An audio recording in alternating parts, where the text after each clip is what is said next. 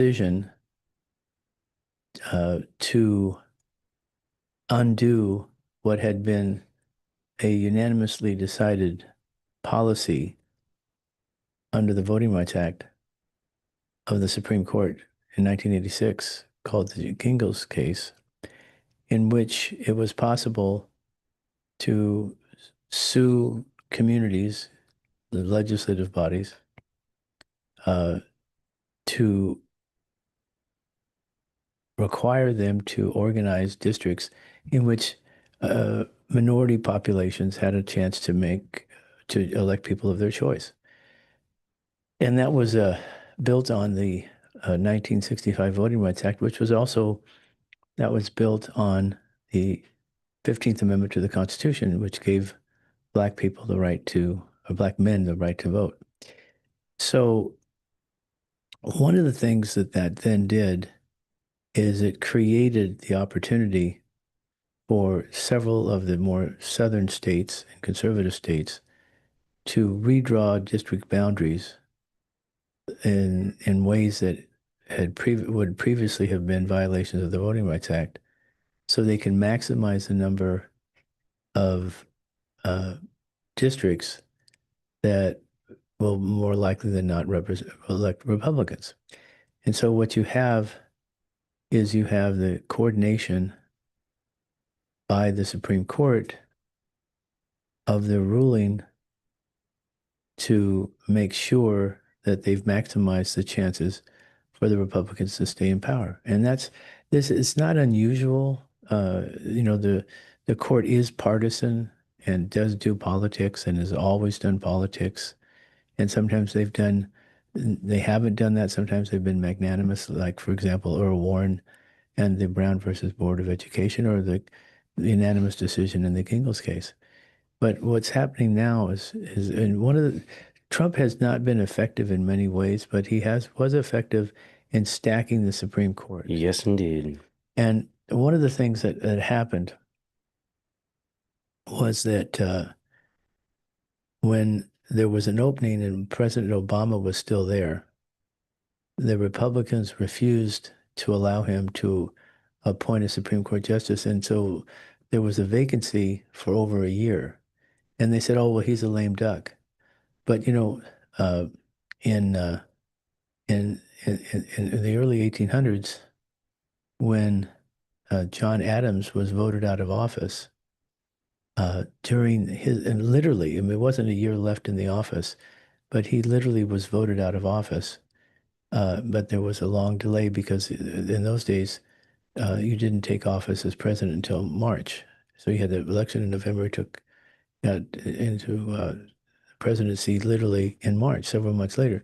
So during that interim period, John Adams did, and the remnant of the holdover Federalists that controlled the Congress, they changed the number of Supreme Court justices. They reduced the number of Supreme Court justices, and then he appointed, even though he had been repudiated by the voters, he appointed during the lame duck John Marshall, who was I think he was the longest serving Supreme Court justice. He was a Federalist and very much opposed uh, the the Republican. Back then, the Republicans were what we would consider Democrats now.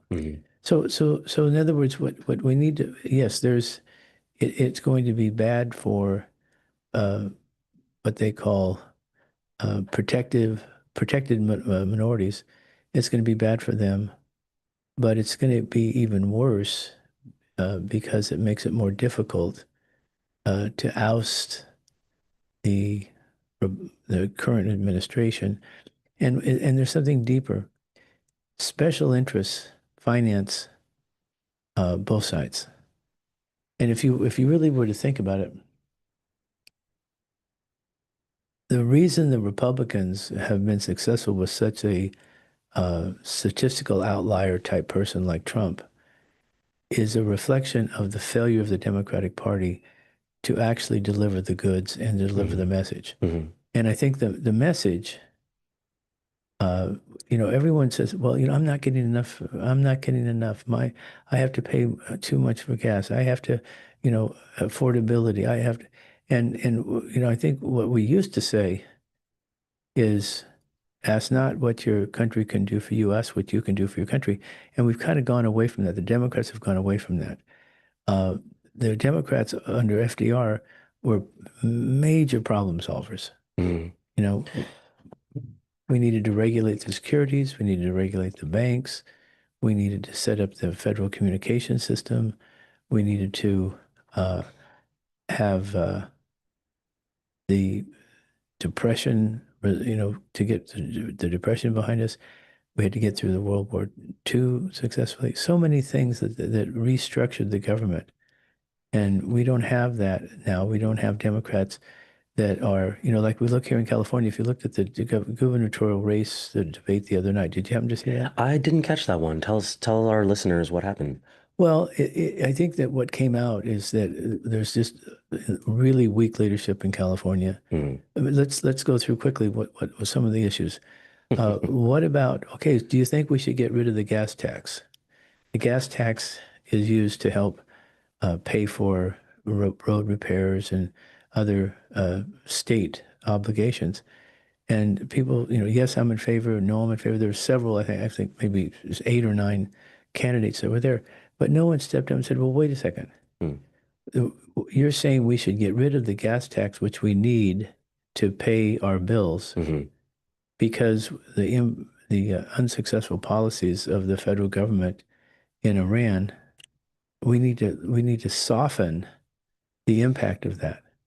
And instead of saying, no, we need to make sure that people fully appreciate how destructive what he's doing, not worry about the short run, but the long run, and how important it is for us to get out of our reliance on carbon and oil, Absolutely. gasoline. We really need to use, but most people right now, if you were to say, okay, if you had a magic wand, what would you do? I mean, I'm saying just generally, what would Sure. you do? Yeah. And people would say, okay,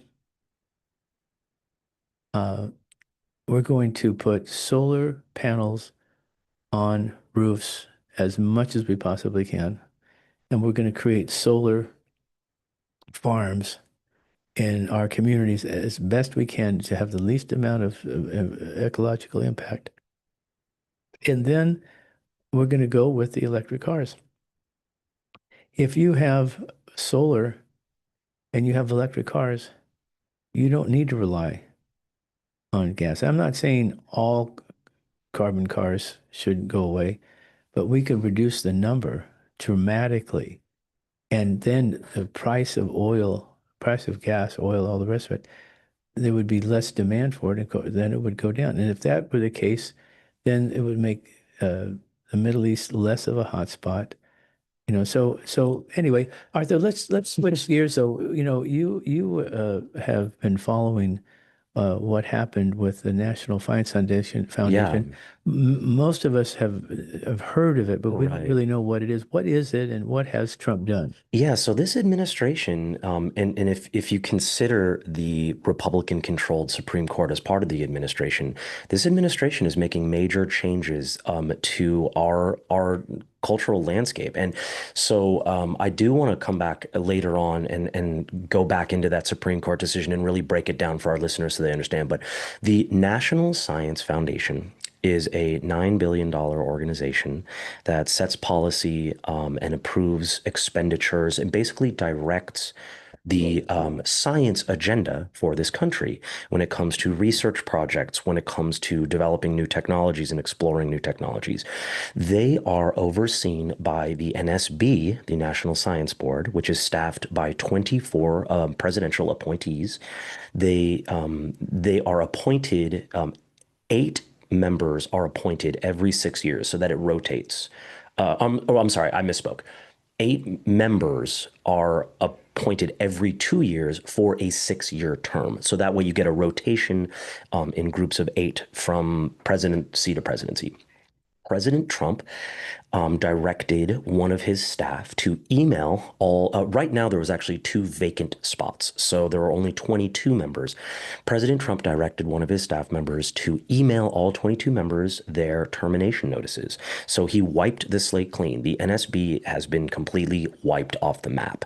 And there are a number of ideas as to why he would have done that.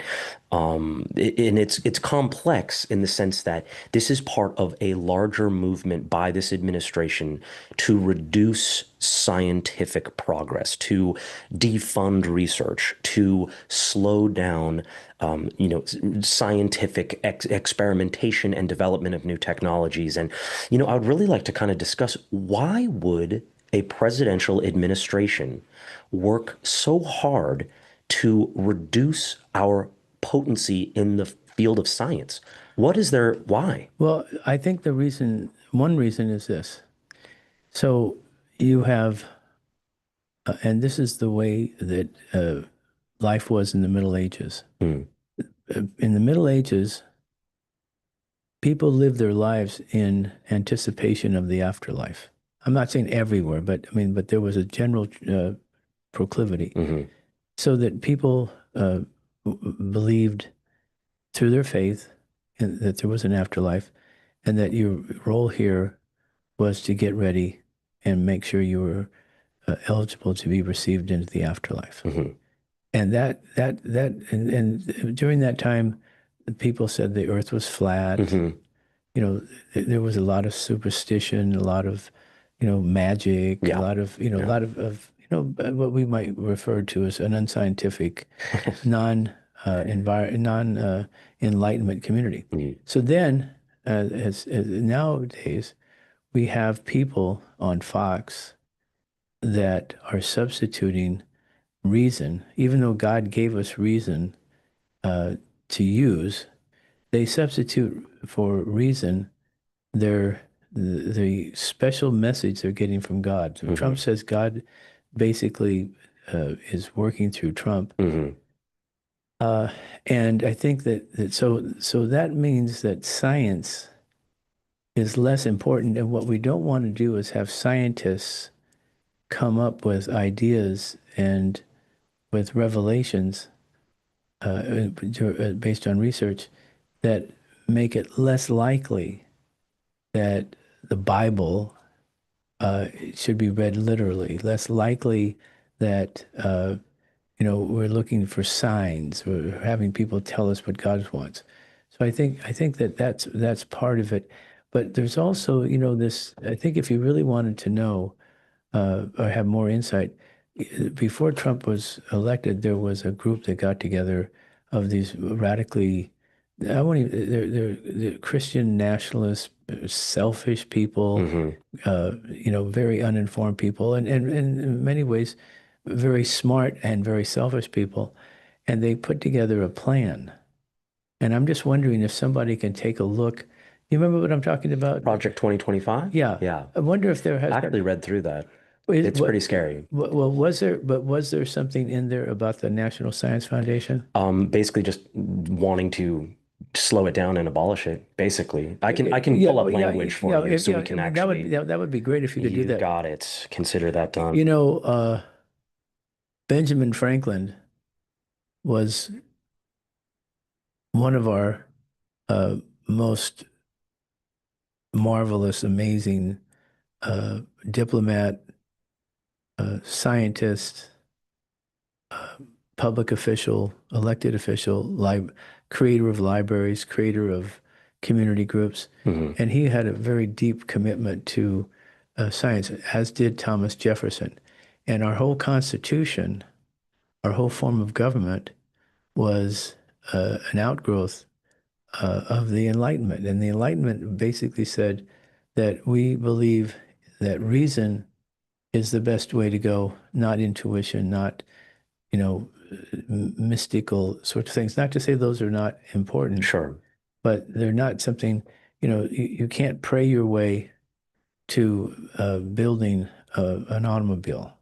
Right. Exactly. You really, and I think that, any luck on that? So I have pulled up the 920-page Project 2025 document. I am looking through the table of contents now, and I'm going to be able to have some language for us in just a I don't know moment. what is taking, I have to apologize to you guys.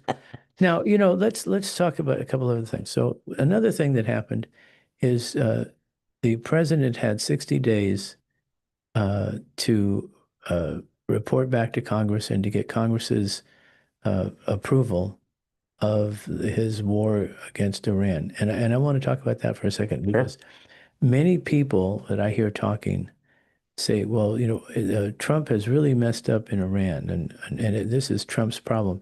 The problem is Trump is us. Trump is the United States of America in the sense that he is doing things in our name. He is our agent. We elected him. A majority of Americans elected him. Hmm. And even though a majority don't support him anymore, uh, what he's doing, it's not about Donald Trump. It's about the damage that he's doing to our ability to have sustainable relationships. Even the next administration, even if the next administration wants to repair our relationship with our good friends in Europe, uh, they're going to be very uh, critical, very concerned that how can we have any confidence that what we agree with you won't be turned out when the next Donald Trump comes along. And apparently they're putting little Donald Trump is going to be doing The Apprentice himself. So they're getting him Oh, groomed great. so he can get ready and that's what's really sad is sometimes in families, like for example, Joseph Kennedy was not uh, good on the Second World War before it began, but well, before it began with the U.S., he was not good because he was an isolationist and he was not a backer of helping the British when they were most in need. And he really, he really dropped the ball on that. And he had a very bad uh, position that was, somewhat sympathetic to the Nazis. His son, at the same time, rejected that approach and wrote a book called uh, "Why England Slept." It was a takeoff on a book that Churchill wrote called "While England Slept," what was happening. And President Kennedy basically said that democracies face a very difficult challenge to be able to generate the resources necessary to have a strong defense. He said, only when our arms are sufficient beyond doubt can we be certain beyond doubt they will not be used. So he was very strong on national defense, but at the same time, he was very strong on science, as exemplified by uh, the our missile astronaut NASA program and his commitment that we were going to go to the moon. We go to the moon and do the other things not because they're easy, because they're hard, because that will serve to measure and organize the best of our energies and skills. That's what he was about. He was his science advisors, people that he associated with, like Linus Pauling, the creator of the polio. It was a tremendous belief in the advantages of science. Now, Trump can't kill science. He can just kill, Government funding of science, yes, which exactly, is which pretty important. very important. So Yeah. what'd you find out there? So surprisingly, so let me break down just while we're here. Project 2025 is broken down into 5 sections. Section 1 is, and I'm just reading directly, taking the reins of government. Section 2 is the common defense. Section 3 is the general welfare. Section 4 is the economy. And Section 5 is independent regulatory agencies. Now, surprisingly, the only direct mentions of science in this are under Section 3, the general welfare, and they only address the Department of Energy and related commissions, the Environmental Protection Agency, and the Department of Health and Human Services. The only other indirect would be the Department of Education, but there is no actual direct reference to the National Science So Board. then what maybe we can surmise from that that what's happening is that the Trump administration officials have been able to permeate all of their targets, that they're pre-election targets, and now they're even expanding from there. Well, and one thing to remember, one of the things that makes Trump so dangerous is that he is capricious. So this isn't He's necessarily what? capricious. What does that What a mean, lovely Arthur? word. Isn't that Yeah, a what, lovely I mean, word? that's a Yeah. big word. What does that Yeah, mean? capricious, willful, kind of making decisions rashly based on whatever happens Did to you jump into did your you know brain. that when you took the SAT? I sure did, That's actually. so And that was a good. big part of, That- that- that's going to be our next week's topic is my SAT scores. So I'll reveal that if you guys stick around for next week. But okay. so one of the things that, like I said, that makes him so dangerous is that he didn't necessarily think this decision through. This isn't necessarily part of, He didn't think through a can you decision? imagine? No Can way. you imagine? Impossible. Yeah, so one of the theories as to why he might have done this is he proposed to Congress a 55% budget cut for the National Science Foundation, and the NSB pushed back and argued that that was not a good idea. And so one of the theories as to why he might have done this was that he didn't want to waste his time with people who would disagree with him. He wants everybody around him to be loyal, he wants fealty. Do we know who he's going to put in? No clue. I wonder if he even knows. I wonder if he even remembers that he fired Well, them. a lot of times what's happened, is that uh, reputable entertainers would not go to the JFK Center, so he had to shut it down. Exactly. Exactly. Okay, so let's shift over. Did you want to say something else about it? Well, I did just want to remind everybody, if you're just tuning in, thank you so much for tuning in to KNSJ Talk of the Town. My name is Arthur. This is Mike. We are discussing a lot of sweeping changes the administration has been making, this current presidential administration has been making that are really affecting the political and cultural landscape of our fine nation. One of the things that I think that we can reflect upon is that to be a good president is not the same thing as to be a good business person. Exactly.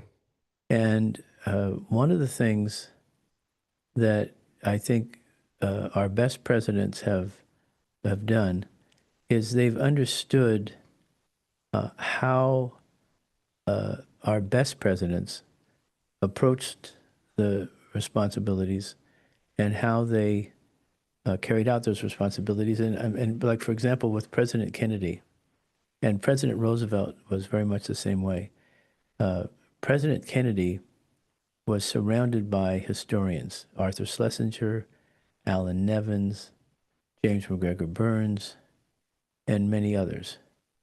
And President Kennedy, read very, very deeply in Western history, U.S. history, and he really understood how the various, not just presidents, but various major players, and that's why when you look at the book Profiles in Courage, there was a dispute. Oh, did he write it completely? Did somebody else help him?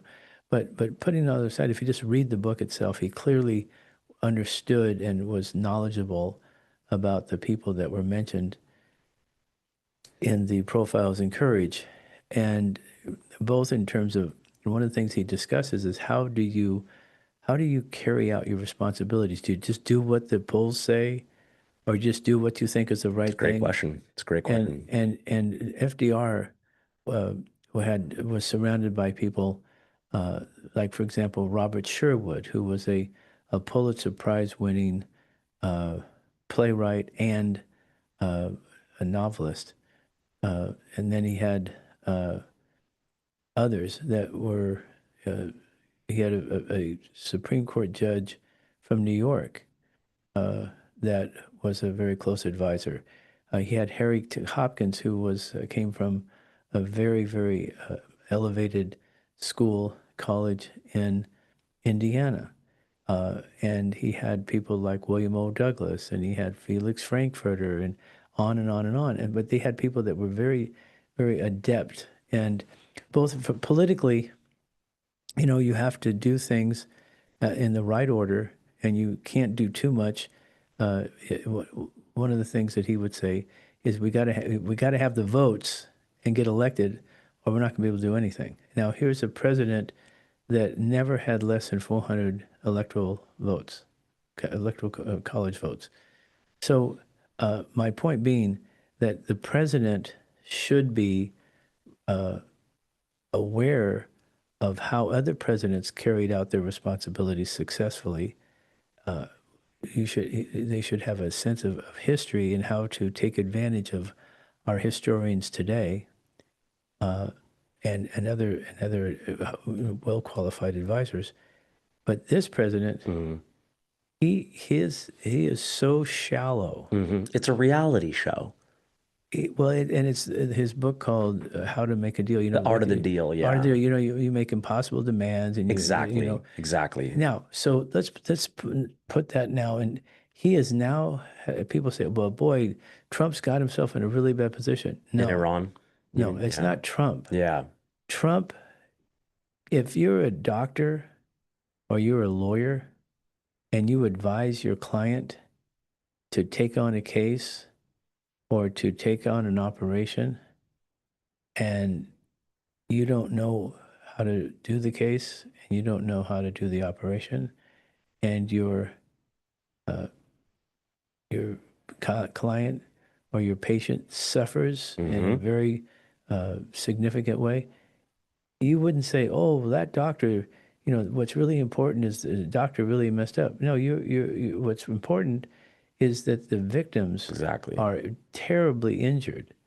And that's what Donald Trump is injuring Yeah. the United States of America right now by doing what he's doing, or not doing. And it's silly now because President Obama is the perfect example of what I just said. He organized through John Kerry an amazing assemblage of people that negotiated and gave positive, even though we don't like the actions of the current administration and prior administrations in Iran, obviously, Right. but he used intelligence and diplomacy and strategy to get Iran to agree to allow the United Nations examiners and inspectors to see if Iran was keeping their word about enriching the Nuclear. uranium. Yeah. Okay. And now Trump is nowhere near that.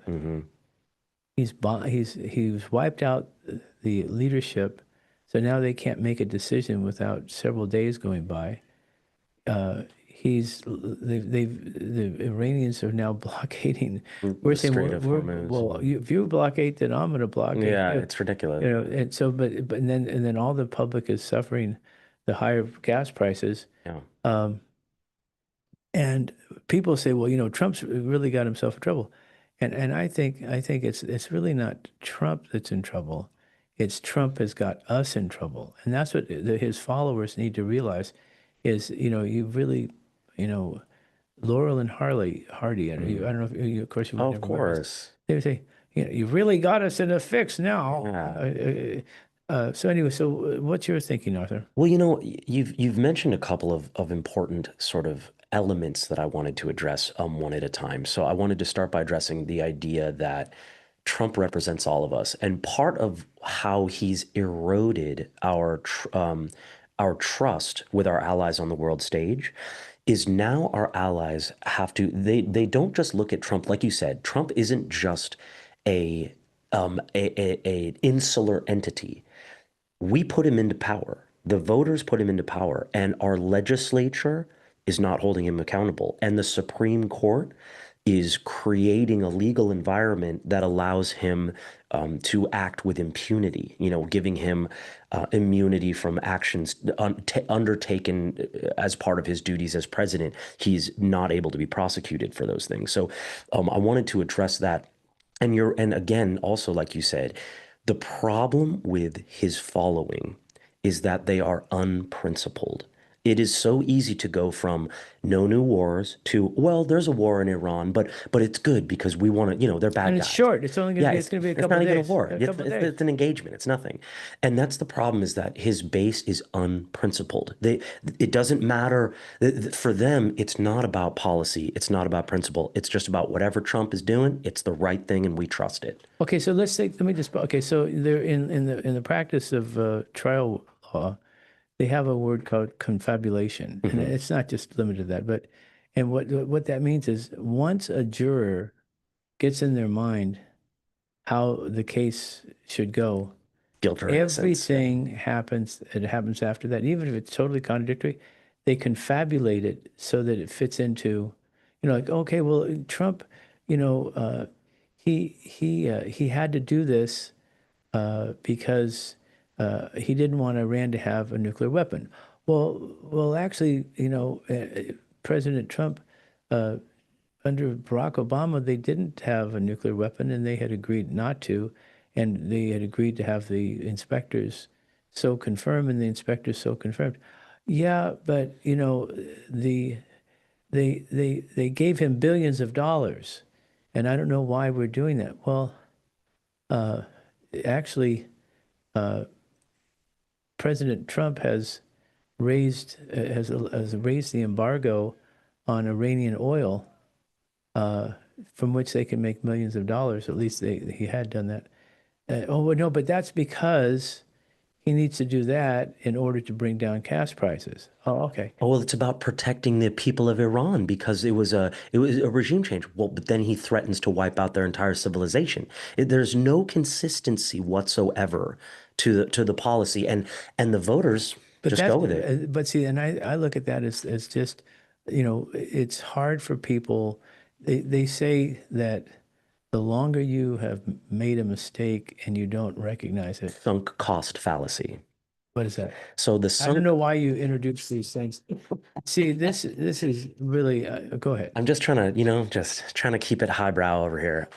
Sunk cost fallacy is when you have invested time, energy, or money into a particular entity or idea.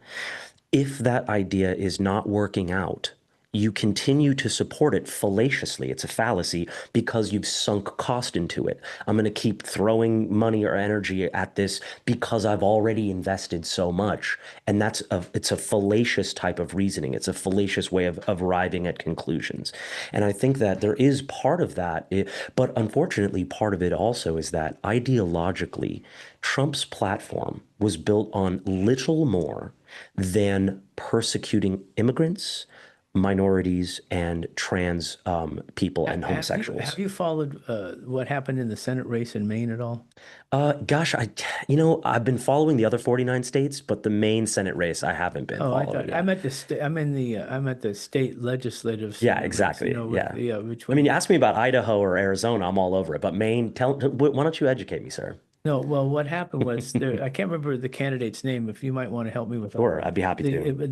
There was a governor candidate. The governor of Maine was a candidate for the Senate, but I think she's like 79 years old or something. They felt that she was a little bit too old. Okay. But Chuck Schumer put her up because they didn't like the other candidate who uh, is an oyster farmer, a deep sea diver, a man that's lived in Maine his whole life, a former Marine who fought in Vietnam, in Iraq, and who had made some inappropriate comments and had had some kind of tattoo, Nazi-related tattoo. So Oh people were no. really concerned. But I heard him the other day, and I was amazed by the growth that he has experienced. And he had a very logical, very persuasive explanation, and he had a very good analysis. What is his name? So it looks like you might be referring to Graham Plattner, Yes. who is 1 year younger than me. He is an oyster farmer, Marine Corps veteran. Looks like he's a candidate for the Democratic nomination in the 2026 U.S. Senate election in Maine, seeking to challenge incumbent Republican Senator Susan Collins. So it sounds like that's who you're referring to. So Mike just did my favorite disappearing act. He is going to be back with us in just a moment, and we're going to arrive at the logical conclusion of our discussion of the Maine legislature. In the meantime, I wanted to revisit, while we're here, the Supreme Court decision that we were discussing at the beginning of the show. If you're just joining us, this is Talk of the Town on KNSJ, and we are discussing the current presidential administration, their recent policy decisions that are really reshaping our political landscape, our cultural landscape. So in 1986, this is what we had been discussing. There was a court case called Thornburg versus Gingles. This is it, and it. What happened was there was a community in North Carolina of African Americans, and they claimed that their voting rights were being violated because of the district lines. The district lines, they argued, were drawn in a way that diluted their actual preferences for representation as a result of race. The Supreme Court, in this decision, in Thornburg versus Gingles, they created what was known as the Gingles test, which is what has been the standard for ascertaining whether or not a particular group of minorities is being represented properly by legislature districting. The Gingles test had three elements prior to the Supreme Court decision. Element number one, the minority group must be large enough and geographically compact enough to form a majority in a single member district. Element number two, the minority group must be politically cohesive, meaning that the majority of minority voters vote for the same candidate. And number three, the majority group votes as a block to defeat the minority group's preferred candidate. So, Mike, I was just going over the Gingles test, and I was going to kind of sink our teeth into what exactly they changed with that test. So once again, the three elements, the minority group has to be large enough and geographically compact enough to form a majority in a single member district. Number two, they must be politically cohesive so that they tend to vote for the same candidate. And number three, that the majority group votes as a block to defeat the minority group's preferred candidate. It seems like what they did is overruled Gingles, and that's no Basically, longer, yeah. it's no longer, just to put it in a little context. Yeah. In California, for many years, for forever, no black person had been elected to the board of supervisors, and I think that's correct, or at least if they had been, it was a very much of a rarity, and so the Justice Department came in and brought a lawsuit against the city of Los Angeles, saying that they could in fact establish one of these districts that was geographically insular, a protected minority, had a majority of voting age, and that previously their voting preferences had been overwhelmed by having them placed into majority white areas. And they brought a lawsuit, and that was successful. And LA got a district that had a chance for a black person to be elected. In fact, they were. In San Diego, we did the same thing. We actually used the same experts to do what they call multivariate regression analysis from Caltech, and we were able to get the districts here in San Diego organized so that minorities had a chance to get elected to political office. And then, You did that? Well done, sir. well, myself and other lawyers and such. So you participated, though. That's great. And then California passed a law saying, hey, district elections are really the way to go, because at-large elections, you have the same exact, majority population voters determining all of the elections, instead of having smaller areas, having people that would represent their interests. And so the whole state now has been transformed, and this is an effort. This is a perfect effort of what I was talking about in the beginning. Mm-hmm. The voting rights aspect of this is super important. It is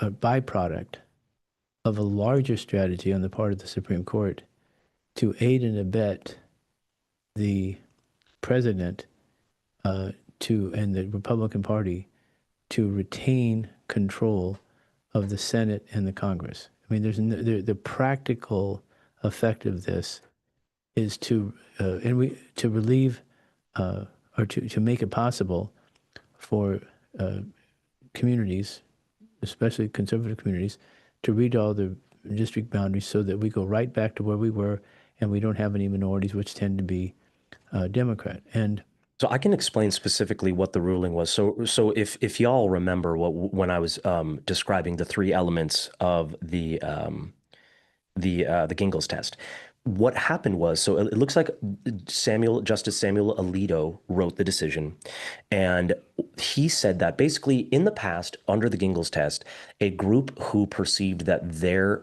representation was being diluted by a white majority, they could challenge it and offer a proposed redistricting. Well, this new decision now has it say that the challenger in a case like that cannot consider race while drawing a new district. That's one change. So it throws out any ability to consider race. what would be the point of doing it? Exactamundo, none. The second change is that someone who's challenging a district must show that racial patterns can't be explained by partisanship, which sounds like it kind of is an oxymoron with element one. Well, if we're not even, that's all. But to be fair, that has always been a factor. Yeah, yeah. And then last but not least, the third element is that challengers need to focus on intentional discrimination in the present day. That's another device. So, Exactly. intentional. So now it's Yes. intentional. But see, it doesn't. It's not easy to prove. It doesn't make any difference if the impact. And you see, this is where the civil rights laws have evolved to. It doesn't make any difference if something is done intentionally, if the net result is that people are deprived, Exactly. then you need to do something about it. Exactly. But okay, but see, this is the thing. There's something deeper than even the Voting Rights Act, and that is you actually have the Supreme Court losing any credibility, any slight credibility they still have that they are Legally objective and not partisan. right. Yeah. I mean, in other Yeah. words, look, Justice Oliver Wendell Holmes said that judges, they make up their minds based on the same criteria that everybody makes up their minds about. Sure. But then they have the challenge of reconciling their decision with prior precedent. And sometimes people do a very good job of rationalizing what they've done, and that becomes the settled law, what they call the settled law. Okay, in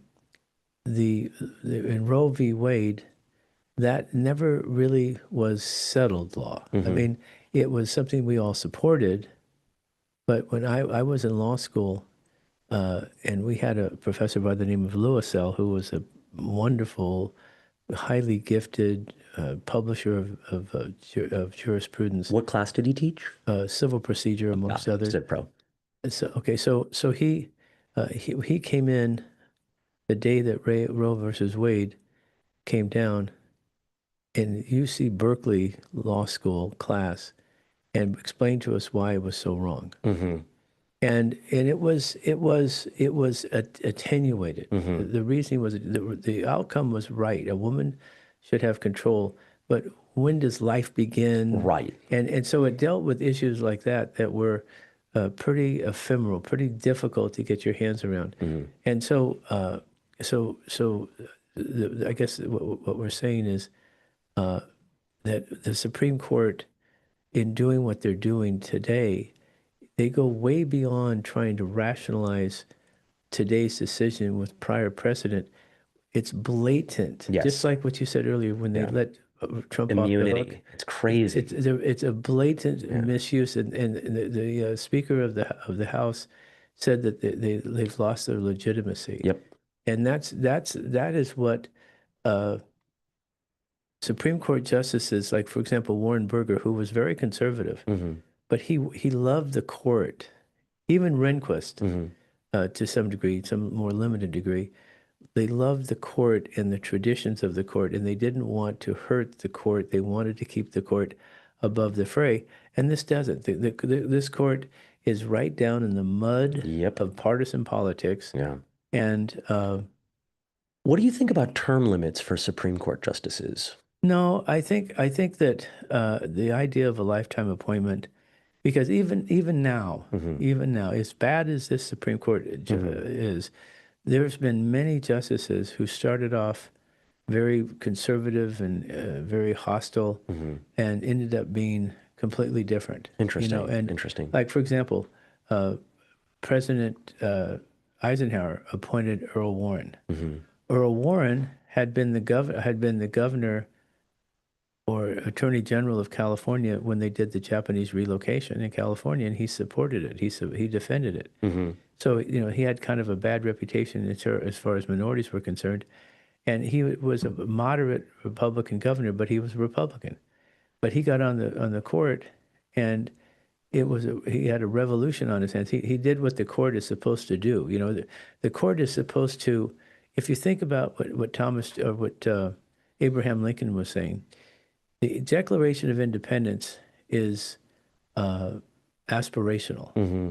All men, meaning women too, all men are created equal. Now that was passed, and then the Constitution years thereafter, they embedded slavery in the Constitution. 3/5 vote. Yeah. Slaves were 3/5 human. Hmm. So the idea was, according to President Lincoln, was Declaration of Independence was aspirational, and the Constitution was set up to help us close the gap. Mm. That's why he said, you know, uh, government of the people, for the people, and By the by the people, people. yes, sir. Okay. So I think that one of the things we have to do now, you and I have said this before, when Camus wrote the book Myth of Sisyphus, Hmm. he said you have to imagine Sisyphus was happy. Now, for our listeners who are unfamiliar with Greek mythology, Sisyphus was a Greek mythological character who was, I believe it was a punishment for something he did where he had to continuously push a boulder up a hill, and every time he would get to the top, the boulder would roll back down, and he would have to do it again for ad nauseum forever. Okay, so the idea then is if we have a situation where we keep trying and trying and trying and trying, and it doesn't work, like, our Constitution. Actually, let me back up. What we're talking about is the Constitution set up uh, was set up to evolve as Exactly. time It's a passed, living document. to Yeah. evolve to the point where we actually achieve those results. Right. What's happening here with this Supreme Court and with this president is they fundamentally don't believe all people are created equal. Exactly. And that's They exactly. might say it, Yeah. but they don't, there's no proof in the pudding. So you have people like Warren Burger, and you have, you asked about, getting rid of them or impeaching them or something. Term limits. Yeah, Yeah. but you have people like Warren Burger, you have people like Earl Warren, and you hope that they can change. Yeah. These particular Supreme Court justices like Alito Yeah. and Thomas, Yeah. there's something very unhealthy about them. Agreed. Yeah. I mean, they're just, and I know that they all try to get along with each other, Hmm. which is important, and I think that is important. But there is something they are not achieving. What you want to see from your Supreme Court is say, "Oh my God, I can't believe it. Transgender people are being protected. Oh, can you believe that women have the right to equal employment opportunities?" And It's a travesty. They should, yeah. no, I'm not. I know. I know. No, I'm saying that I'm saying that what you want to do Yeah. is you want to be picking up the paper and saying, God, even the Supreme Court says that Trump can be prosecuted for what he did. Yeah. And Yes. and that, in other words, you want on the road to full realization of the Declaration of Independence, you want to have not every single case, but you want to have enough cases that you can say, I'm so proud Right. of our Supreme Court for being strong. Well, and the idea is that their role in our government is they are meant to serve and interpret the law, not to serve and interpret political agendas and political masters. And unfortunately, it is transparent that they are serving political agendas, which is not the role of the Supreme Court. Their role is simply to ascertain whether or not something is Okay, legal. but let's think about this. Okay, so FDR appointed a majority of the court, and they tended to rule in his favor. Sure. But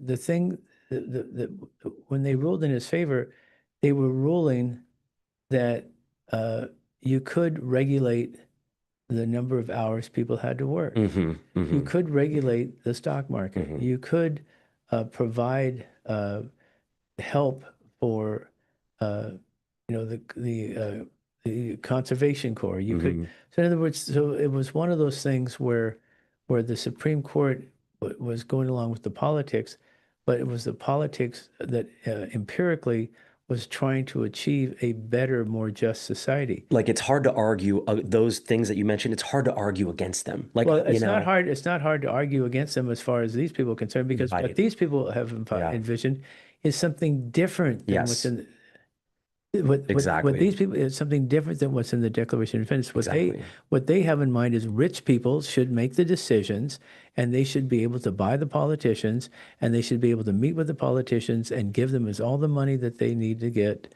and then have them do what they want them to do. Don't quid pro quo, Yeah, but yeah. everything short of that's okay. Oh, and America should be a white Christian nation too, by the way. That's what they believe, right? Well, I think, see, I don't know about that part. And Okay. I'll tell you what I mean by that.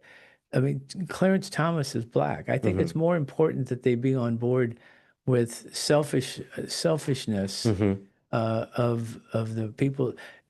I own this house. You do as I Right, say. right. That sort of thing. Well, I will say though, so as far as the white Christian nation part is concerned, are you familiar with the Supreme Court decision that allows Border Patrol and ICE agents to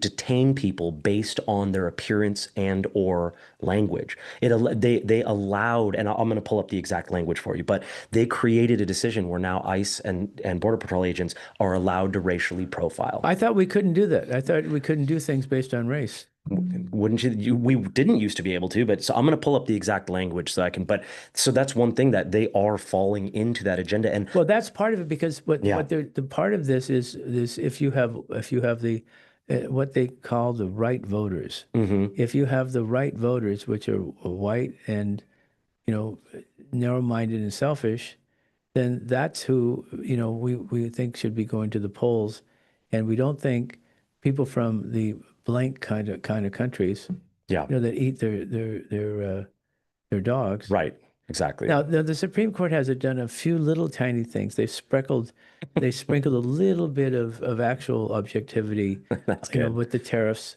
Right, exactly. And with Abrego Garcia, where they ordered that he be returned and given proper due process before he was deported. So you're right. But so what I was talking, so on September 8th, 2025, the U.S. Supreme Court issued a 6-3 emergency order. The case was Nome versus Vasquez Perdomo, that effectively permitted federal immigration agents to use race and ethnicity as factors in stopping and questioning individuals in the Los Angeles area.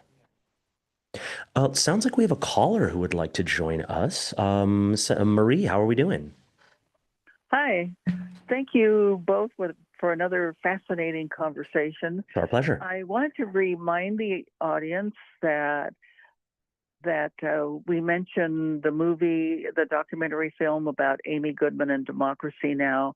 That's entitled Steal the Story, Please, playing at the Digital Gym downtown San Diego. It has been held over. Oh. So it's going to be playing through Thursday of this coming week in May. It'll be at different times during the day. And also to remind everybody that KNSJ carries Democracy Now! Exclusively in San Diego, and we carry it Monday through Friday from 7 to 8 a.m. in the morning, and then again from 6 to 7 p.m. at night. And Amy Goodman, if for people who've been listening to her show and following her 30 years, they launched 30 years ago with Democracy Now! Who is Amy Good? hitting- Who is Amy Goodman? Amy Goodman is hard-hitting investigative journalism. She covers national and international news. She's not afraid to ask the tough questions. And she has people on the air from the ground to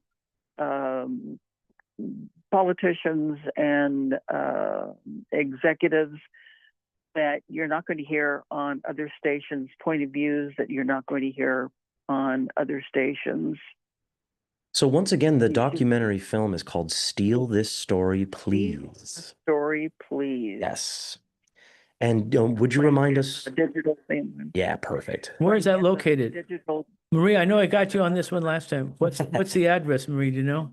It is 1100 Market Street. Oh, there you go. There you go. We're in partnership with the Digital Gym Cinema in showing this film. It has won a number of different awards.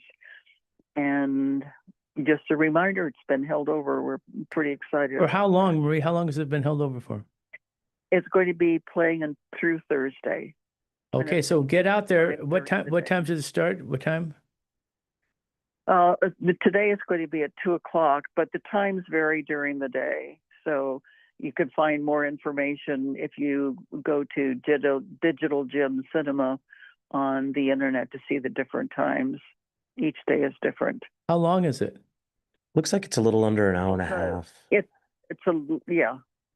And I'm looking up it looks fascinating. So it's a documentary about independent investigative journalist Amy Goodman, and it was directed by Oscar-nominated, Emmy Awards-winning filmmakers Tia Lesson and Carl Deal, and it was executive produced by the likes of Jane Fonda, Rosario Dawson, and musician and political activist Tom Morello. He was famous in the 90s and 2000s for his work with the band Rage Against the Machine, a very politically active Have you heard band. of it? Yeah, a little bit. Yeah. No, when I was in college, yeah, people really liked Rage Against the Machine a lot. What years were those? So they kind of came into power, and that's a funny way to put it, in the 90s, and they were releasing records all through the early 2000s. So yeah. Those are some of the executive producers on this fantastic documentary. Thank you for bringing that up, Marie. Anything else, Marie? Okay. Nope, that is it. Thank you. Splendid. Bye. Okay, Steal This Story, please. What are your final thoughts as we end? Let's see. There we go.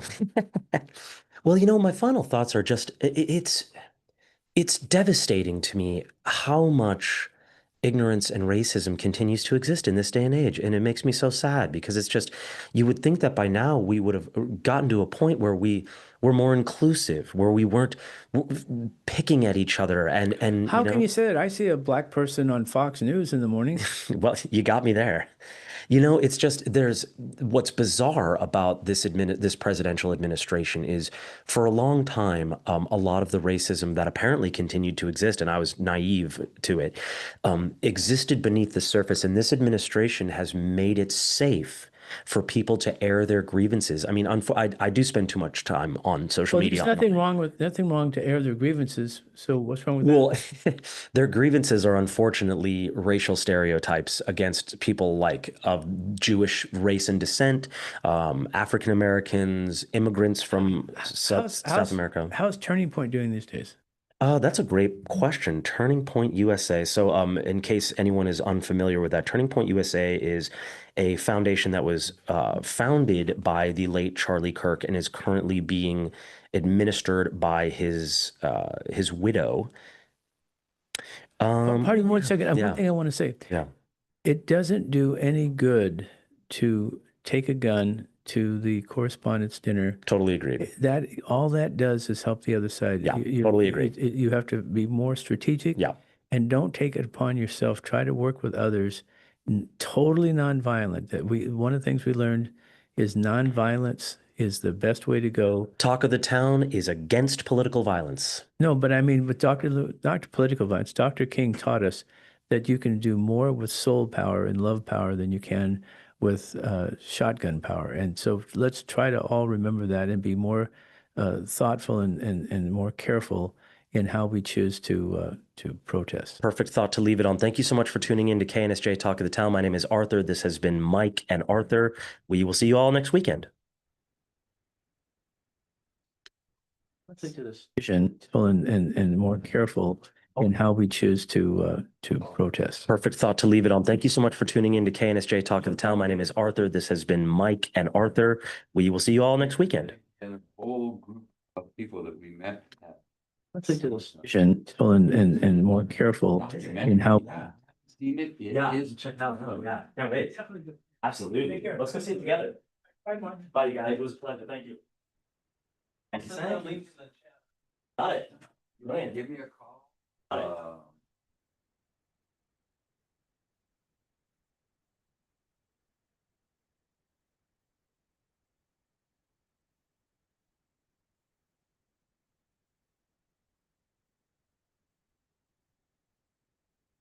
A lot of San Diego and a lot of San Diegans. Apparently there's more people on the street now than ever before, and it's problematic for some people. And Thank you, Alex. People who can't afford a place to live. I'm going to have my guests introduce themselves and we will dive into the subject. Hi, I'm Mandy Havlick. I'm a resident of District 2. I'm also a candidate for City Council, and I'm a mom.